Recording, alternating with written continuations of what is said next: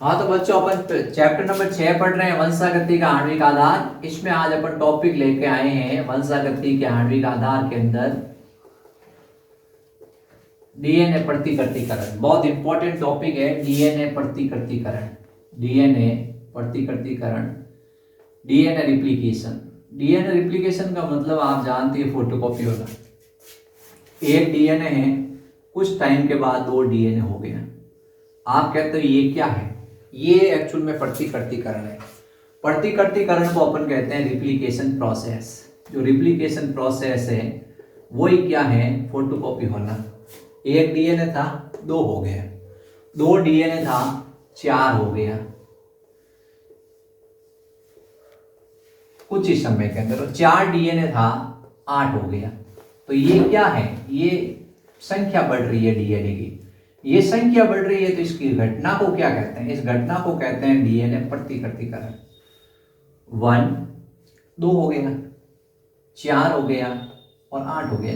1 2 3 4 5 6 7 और 8। तो ये क्या है? फिर 8 के बाद कितना होगा?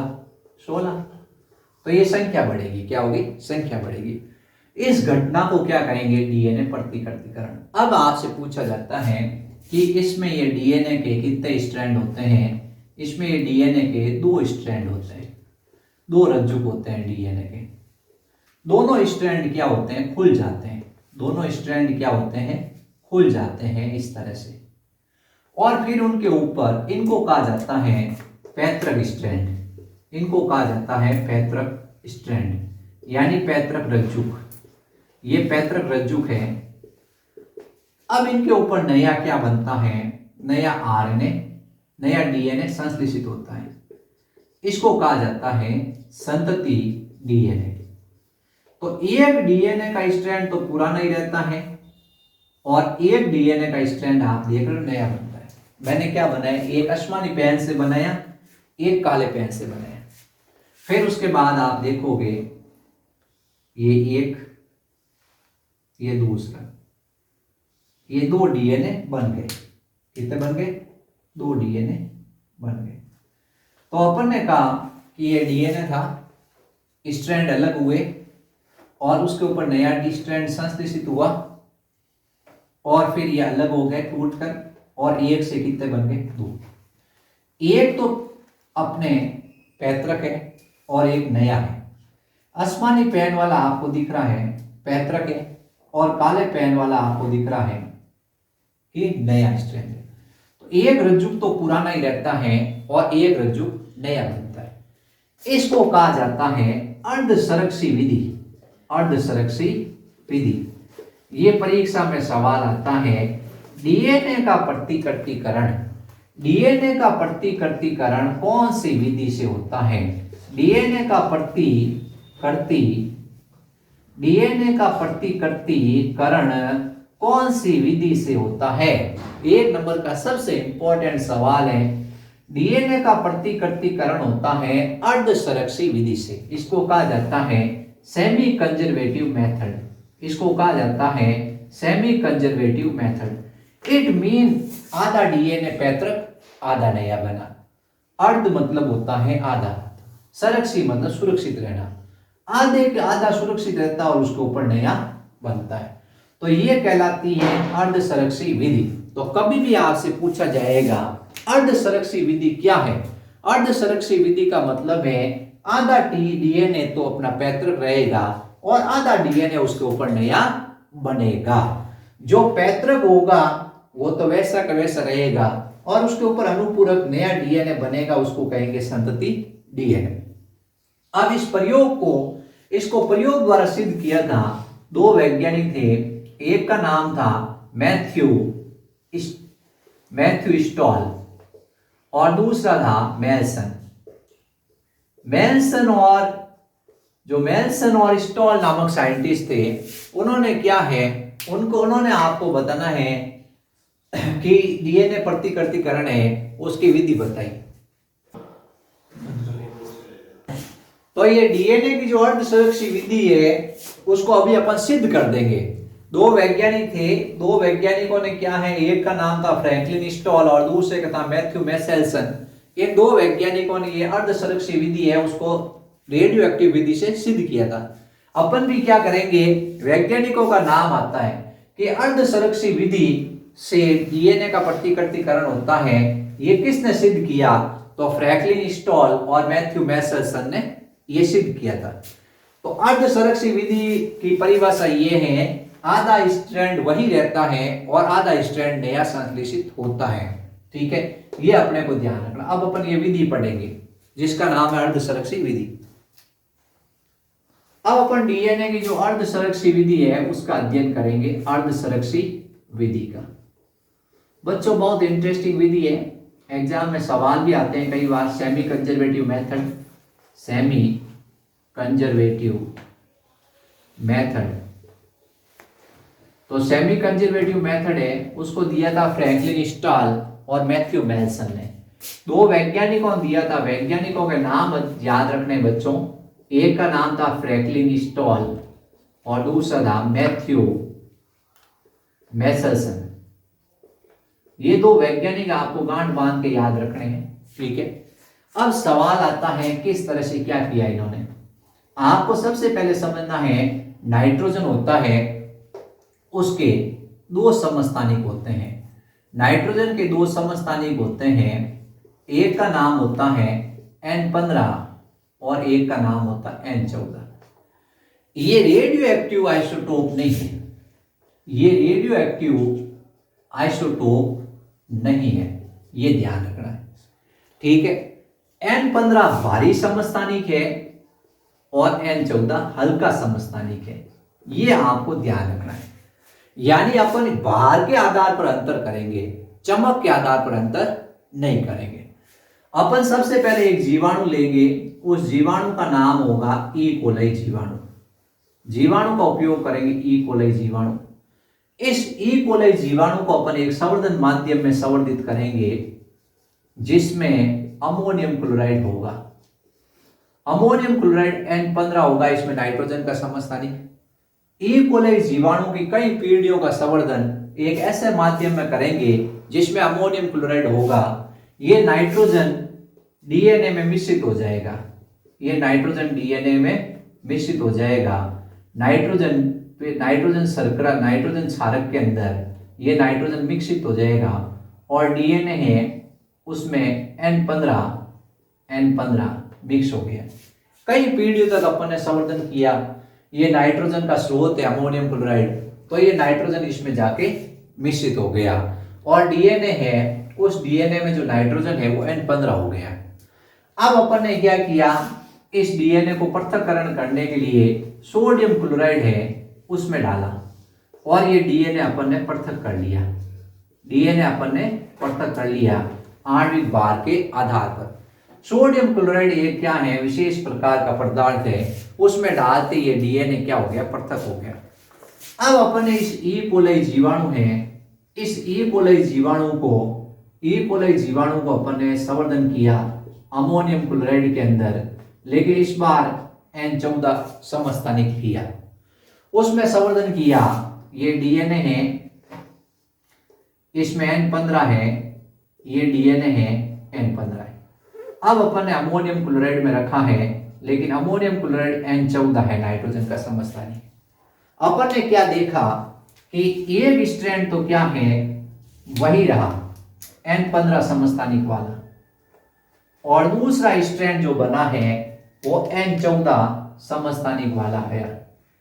यानी ये N15 है और ये N14 है, ये N15 है, ये N14 है। अब अपन ने क्या किया, इसको सीजियम क्लोराइड जीवाणु के अंदर रखा, सीजियम क्लोराइड माध्यम के अंदर रखा और अपकेंद्रण द्वारा अपन ने इसका अध्ययन किया। तो अपन ने देखा कि सबसे पहले तो जो भारी समस्थानिक है N15 नीचे आएगा और फिर हल्का समस्थानिक है N14-15 वो बीच में आएगा और N14-14 किस में आएगा, सबसे ऊपर आएगा। यानी भार के अनुसार ये क्या हो गए, व्यवस्थित हो गए। तो ये कौन सी पीढ़ी है, ये प्रथम पीढ़ी है। प्रथम पीढ़ी के अंदर सीजियम क्लोराइड कहां जमा हुआ, N15 नीचे। ये कौन सी पीढ़ी है, दूसरी पीढ़ी है। दूसरी पीढ़ी के अंदर N14 और N15 मिक्सिड है, यानी ये बीच में पड़ते हैं। अब ये 20 मिनट के अंदर क्या होता है, रिप्लिकेट होता है और ई कोलाई जीवाणु 20 मिनट के अंदर द्विगुणित होता है और 1 से 2 हो जाता है। फिर उसके बाद अगले 20 मिनट के बाद ये कितना हो जाएगा, 2 तो इस तरह बनेंगे और ये N14 N14 N14 N14 N14 और N15 N14 N15, यानी ये क्या है, हाइब्रिड। ये क्या है, हाइब्रिड, लेकिन ये प्योर क्या है, ये प्योर N14, क्योंकि अपन अभी किस माध्यम में रख रहे हैं, अमोनियम क्लोराइड के N14 माध्यम में रख रहे हैं। तो नाइट्रोजन स्रोत क्या है, N14 है, तो नया जो बनेगा N14 वाला बनेगा। फिर उसके बाद ये हो गया 20 मिनट, ये 40 मिनट। अब क्या होगा इसके बाद में 60 मिनट। 60 मिनट के अंदर कितने डीएनए अणु बनेंगे, 8। फिर उसके बाद 80 मिनट के अंदर कितने बनेंगे, 16। कितने बनेंगे। अब आपका काम है 8 के अंदर ये कितने होंगे, ये कितने होंगे, ऐसे बनाने। तो मैं आपको सिखाता हूं किस तरह से आपको बनाना है। तो सबसे पहले अर्धसंरक्षी विधि है। अर्धसंरक्षी विधि का मतलब आधा स्ट्रैंड वही रहता है और आधा स्ट्रैंड नया बनता है। रेडियो एक्टिव समस्थानिक है, उसका उपयोग किया था इन्होंने। सॉरी, रेडियो एक्टिव समस्थानिक नहीं है, सिर्फ समस्थानिक है, भारी और हल्का। N15 भारी समस्थानिक है, N14 हल्का समस्थानिक है। सबसे पहले जीवाणु ई कोलाई लिया और ई कोलाई को कई पीढ़ियों तक अमोनियम क्लोराइड के अंदर संवर्धित किया है और डीएनए है उसमें N15 मिश्रित हो चुका अच्छी तरह। फिर उसके बाद सोडियम क्लोराइड डाला और उसको पृथक कर लिया डीएनए को, ठीक है। फिर इस डीएनए को क्या किया है, डीएनए को अमोनियम क्लोराइड माध्यम में रखा है और इस बार अमोनियम क्लोराइड कौन सा संवर्धन है, N14 माध्यम है, उसमें रखा है। सीजियम क्लोराइड द्वारा अपकेंद्रण द्वारा अपन डीएनए को अलग करके देख लेंगे कि कैसा डीएनए है। तो प्रथम बार हाइब्रिड डीएनए आया, आधा स्ट्रैंड वही, आधा स्ट्रैंड नया। तो ये डीएनए की जो परत आई है वो बीच में आई है। फिर उसके बाद नेक्स्ट में क्या हुआ, ये कुछ परतें ऊपर की ओर आई है हल्के के कारण, तो ये कैसा आया है, N14 N14। तो पहली जो ये पीढ़ी है वो आई है N15, दूसरी पीढ़ी आई है मिश्रित N14 N15, तीसरी पीढ़ी में आधे N14 15 वाले और आधे N14 N14 वाले। तो प्रत्येक 20 मिनट के अंदर ये अपनी संख्या क्या होता है, बढ़ाता है, दुगनी करता है। अब अपन इसको मैं एक डायग्राम बनाकर आपको और अच्छा समझाता हूं।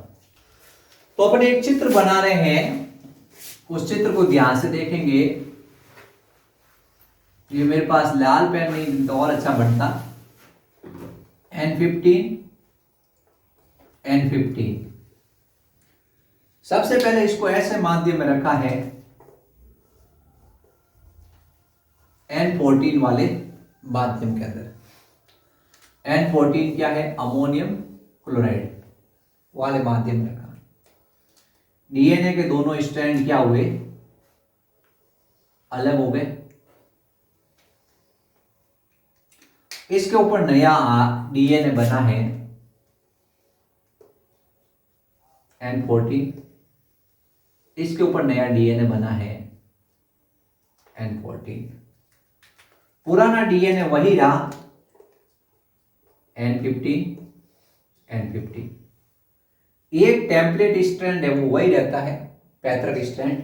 संतति स्ट्रैंड नया बनता है N15 N15 N14। हरा वाला N14 है, काले वाला N15 है।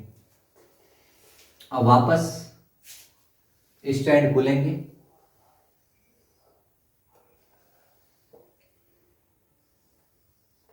ये क्या है, N15 N15।